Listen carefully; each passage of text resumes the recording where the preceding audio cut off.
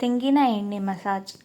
ತೆಂಗಿನೆಣ್ಣೆಯನ್ನು ಸ್ವಲ್ಪ ಉಗುರು ಬೆಚ್ಚಗೆ ಮಾಡಿ ಕೂದಲಿನ ಬುಡಕ್ಕೆ ಮತ್ತು ತುದಿಗಳಿಗೆ ಚೆನ್ನಾಗಿ ಮಸಾಜ್ ಮಾಡಿ. ಇದು ಕೂದಲನ್ನು ಪೋಷಿಸುತ್ತದೆ, ಹೊಳಪನ್ನು ನೀಡುತ್ತದೆ ಮತ್ತು ಒಣಗಿದ ಕೂದಲಿನ ಸಮಸ್ಯೆಯನ್ನು ನಿವಾರಿಸುತ್ತದೆ. ಮೆಂತೆಕಾಳು. ರಾತ್ರಿ ಮೆಂತೆಕಾಳುಗಳನ್ನು ನೀರಿನಲ್ಲಿ ನೆನೆಸಿ ಬೆಳಗ್ಗೆ ಅದನ್ನು ನುಣ್ಣಗೆ ಅರೆದು ಪೇಸ್ಟ್ ಮಾಡಿಕೊಳ್ಳಿ. ಈ ಪೇಸ್ಟನ್ನು ತಲೆಗೆ ಹಚ್ಚಿ 30 ನಿಮಿಷ ಬಿಟ್ಟು ಸ್ನಾನ ಮಾಡಿ. ಇದು ತಲೆಹೊಟ್ಟು ಕಡಿಮೆ ಮಾಡಲು ಮತ್ತು ಕೂದಲನ್ನು ಮೃದುವಾಗಿಸಲು ಸಹಕಾರಿ. ಈರುಳ್ಳಿ ರಸ. ಈರುಳ್ಳಿಯನ್ನು ಜಜ್ಜಿ ರಸ ತೆಗೆದು ಅದನ್ನು ಕೂದಲಿನ ಬುಡಕ್ಕೆ ಹಚ್ಚಿ 20 ನಿಮಿಷಗಳ ನಂತರ ಮೈಲ್ಡ್ ಶಾಂಪೂ ಬಳಸಿ ತೊಳೆದುಕೊಳ್ಳಿ. ಈರುಳ್ಳಿ ರಸದಲ್ಲಿರುವ ಸಲ್ಫರ್ ಕೂದಲಿನ ಬೆಳವಣಿಗೆಗೆ ಮತ್ತು ಉದುರುವುದನ್ನು ತಡೆಯಲು ಸಹಾಯ ಮಾಡುತ್ತದೆ. ಲೋಳೆಸರ. ತಾಜಾ ಲೋಳೆಸರದ ಜೆಲ್ಲನ್ನು ತೆಗೆದು ಕೂದಲಿನ ಬುಡದಿಂದ ತುದಿಯವರೆಗೆ ಹಚ್ಚಿ 30 ನಿಮಿಷಗಳ ನಂತರ ತಣ್ಣೀರಿನಿಂದ ತೊಳೆಯಿರಿ.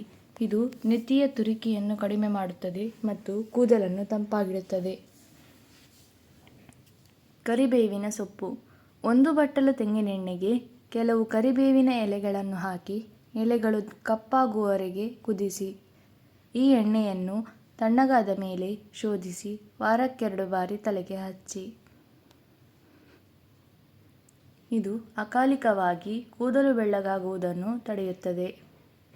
ದಾಸವಾಳದ ಎಲೆ ಮತ್ತು ಹೂವು. ದಾಸವಾಳದ ಎಲೆ ಮತ್ತು ಹೂವನ್ನು ಅರೆದು ಪೇಸ್ಟ್ ಮಾಡಿ ತಲೆಗೆ ಹಚ್ಚಿ. ಇದು ನೈಸರ್ಗಿಕ ಕಂಡೀಷನರ್ ಆಗಿ ಕೆಲಸ ಮಾಡುತ್ತದೆ ಮತ್ತು ಕೂದಲಿನ ಬೆಳವಣಿಗೆಯನ್ನು ಉತ್ತೇಜಿಸುತ್ತದೆ. ನೆಲ್ಲಿಕಾಯಿ ಪುಡಿ.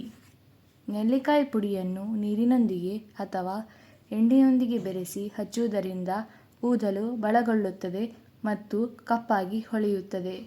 ಇದು ಕೂದಲಿಗೆ ಅಗತ್ಯವಾದ ವಿಟಮಿನ್ ಸಿ ನೀಡುತ್ತದೆ. ಮೊಸರು. ಕೂದಲಿನ ಆರೋಗ್ಯಕ್ಕೆ ಮೊಸರು ಅತ್ಯುತ್ತಮ. ಸ್ನಾನಕ್ಕೆ ಮುನ್ನ ಕೂದಲಿಗೆ ಮೊಸರನ್ನು ಹಚ್ಚಿ 20 ನಿಮಿಷ ಬಿಡಿ. ಇದು ತಲೆಹೊಟ್ಟು ನಿವಾರಿಸಲು ಮತ್ತು ಕೂದಲಿಗೆ ನೈಸರ್ಗಿಕ ಹೊಳಪು ನೀಡಲು ಸಹಾಯ ಮಾಡುತ್ತದೆ. ಅಕ್ಕಿ ತೊಳೆದ ನೀರು. ಅಕ್ಕಿ ತೊಳೆದ ನೀರನ್ನು ತಲೆಗೆ ಹಚ್ಚಿ 10 ರಿಂದ 15 ನಿಮಿಷ ಬಿಟ್ಟು ನಂತರ ತೊಳೆಯಿರಿ. ಇದು ಕೂದಲನ್ನು ರೇಷ್ಮೆಯಂತೆ ಮೃದುವಾಗಿಸುತ್ತದೆ ಮತ್ತು ಕೂದಲಿನ ಬೇರುಗಳನ್ನು ಗಟ್ಟಿಗೊಳಿಸುತ್ತದೆ. ಬೇವಿನ ಎಲೆಗಳು.